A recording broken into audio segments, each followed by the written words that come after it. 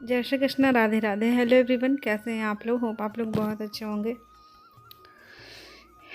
पिछला व्लॉग आप लोगों ने देखा, मेरी विदाई हो चुकी है मेरे मायके से, बट मैंने व्लॉग को पूरा नहीं किया था बिकॉज वो वाला व्लॉग ही काफ़ी लंबा हो गया था। और मैंने सोचा कि एक भी मोमेंट को मैं हटाऊँ ना, क्लिप को मैं डिलीट ना करूँ, इसलिए मैं फिर से इस व्लॉग को कंटिन्यू कर रही हूँ, मेरी विदाई वाली व्लॉग। चांदनी इतना ज़्यादा रो रही थी, इतना ज़्यादा रो रही थी कि देख के मेरा कलेजा फटा जा रहा था। बर्दाश्त नहीं हो रहा था, ऐसा लग रहा था कि मैं रुक जाऊं क्या, मैं नहीं जाऊं क्या। बट कब तक रुक सकते थे। पिछले 1.5 साल से मैं अपने मायके में हूँ। पूरी प्रेगनेंसी मैंने अपने मायके में ही गुजारा है और सब ने मेरा इतना ज़्यादा साथ दिया था। मम्मी पापा, मेरे भाई बहन, मेरी भाभी, सब लोगों ने मेरा इतना साथ दिया। सब ने बहुत अच्छे से मेरा ख्याल रखा। और फाइनली अब हमारी बेबी 3.5 महीने की हो चुकी है और अब मैं वापस अपने ससुराल जा रही हूँ। बुरा तो इतना ज़्यादा लग रहा है कि मैं बता भी नहीं सकती हूँ, बट यही दुनिया की रीत है कि हर एक बेटी को एक ना एक दिन अपना मायका छोड़ कर ससुराल जाना ही पड़ता है। अभी हम लोग ऑटो में बैठ चुके हैं, मैं और मेरी मम्मी और हमारे छोटकू बेबी। आगे चंदन बैठा हुआ है, चंदन भी मेरे साथ जा रहा है। और छुटकू बेबी को देखिए कैसे देख रही है। उसको तो अभी ये भी समझ नहीं है कि हम लोग कहाँ जा रहे हैं, क्यों जा रहे हैं। उसको ये भी नहीं पता है कि हम नानी को छोड़ के अब जा रहे हैं।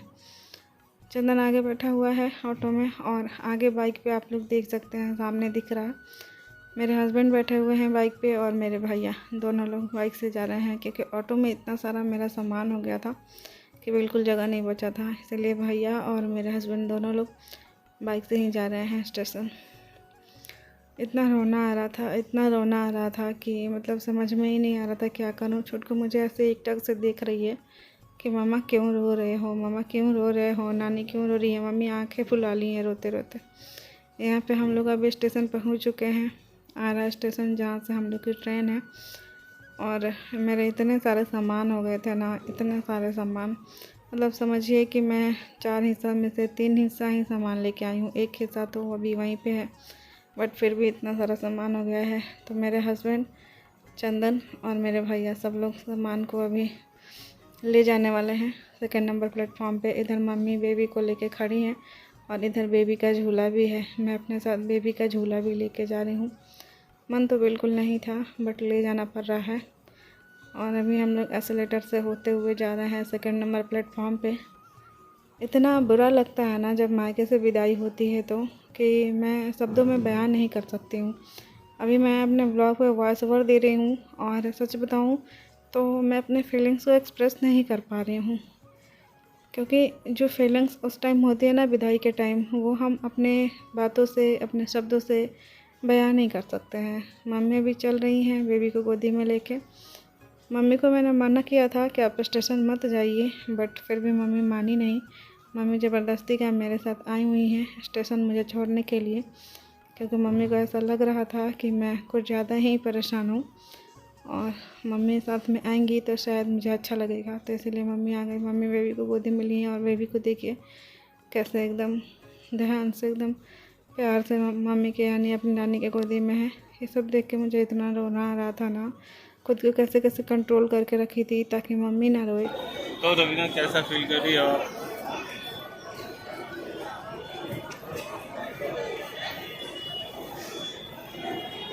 बताओ क्या फील हो रहा है तुमको? एगो बाबू के बड़ा लोग से दिनवा था ले हां कहाँ जाना विरोध वाले मम्मा को पता। बेबी को भूख लग गई थी तो मम्मी अभी बेबी को फीड करा रही है। फार्मूला मिल्क मैं घर से ही बना के ले आई थी। कल का व्लॉग आप लोगों ने देखा होगा, विदाई वाली व्लॉग। मैं इतना ज़्यादा इमोशनल हो गई थी ना कि सच बताऊं तो मुझे कुछ भी समझ में नहीं आ रहा था कि मैं क्या करूं, कैसे करूं। और अभी मम्मी बेबी को फीड करा रही हैं और आप लोग मम्मी का चेहरा देख के समझ सकते हो कि मम्मी कितना ज़्यादा उदास हैं, कितना ज़्यादा दुखी हैं अंदर से। मम्मी को बिल्कुल भी मन नहीं था अभी मुझे और बेबी को भेजने का वापस।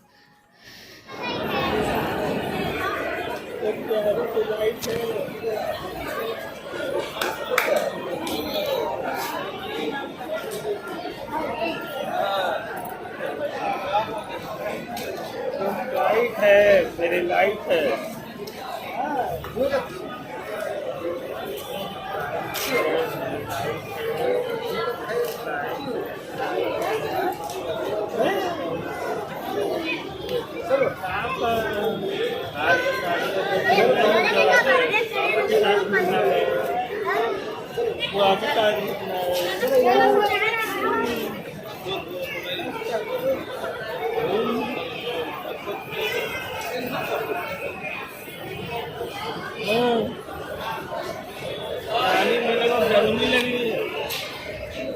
अभी ट्रेन आने में थोड़ा टाइम है। हम लोग पहले ही आ चुके हैं स्टेशन, लगभग 1-1.5 घंटा पहले ही हम लोग स्टेशन आ चुके थे।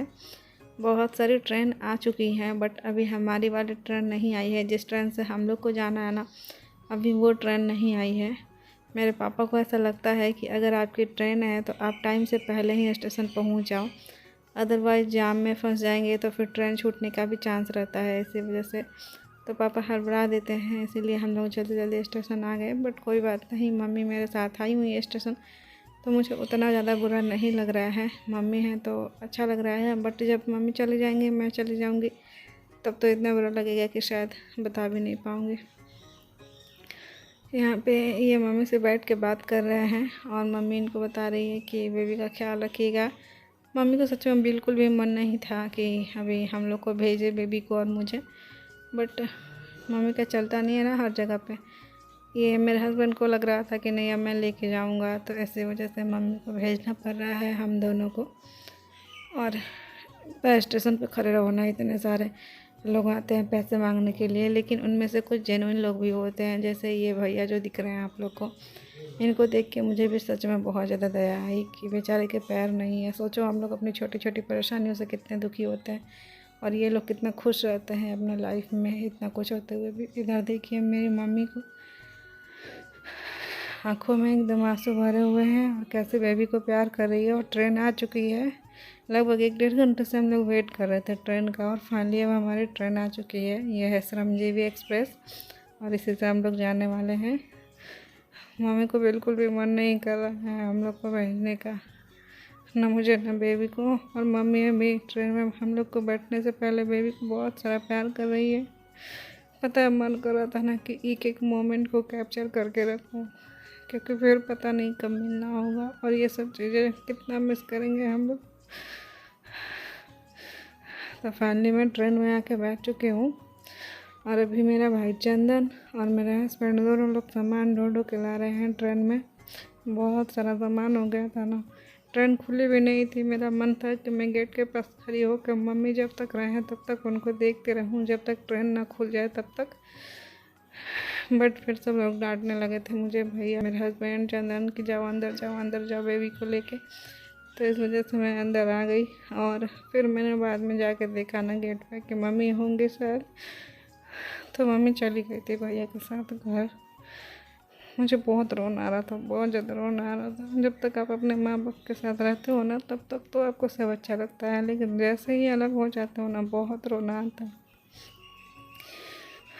बट देखते ही विदाई की घड़ी कब आ गई कोई समझ में ही नहीं आया है। लगा है जैसे जब ये दिन रखवा के गए थे तो लगा था हम सबको कि अभी तो बहुत दिन है, लगभग 1.5 महीना था, होली के टाइम ही ये दिन रखवा के गए थे। बट ये 1.5 महीना कैसे बीत गया कुछ समझ में ही नहीं आया। पिछले 1.5 साल से मैं मायके में थी और आज जाना हो रहा है ससुराल, तो सच में बहुत ज़्यादा बुरा लग रहा है। बहुत सारे लोगों को लगता है कि इतने साल 1.5 साल से है, इतने दिन रही है, फिर भी इसको रोना आता है, फिर भी मतलब अभी भी देखिए अभी मैं आई हुई थी गेट पे मम्मी को देखने के लिए, बट मम्मी नहीं थी, मम्मी भैया के साथ चली गई थी।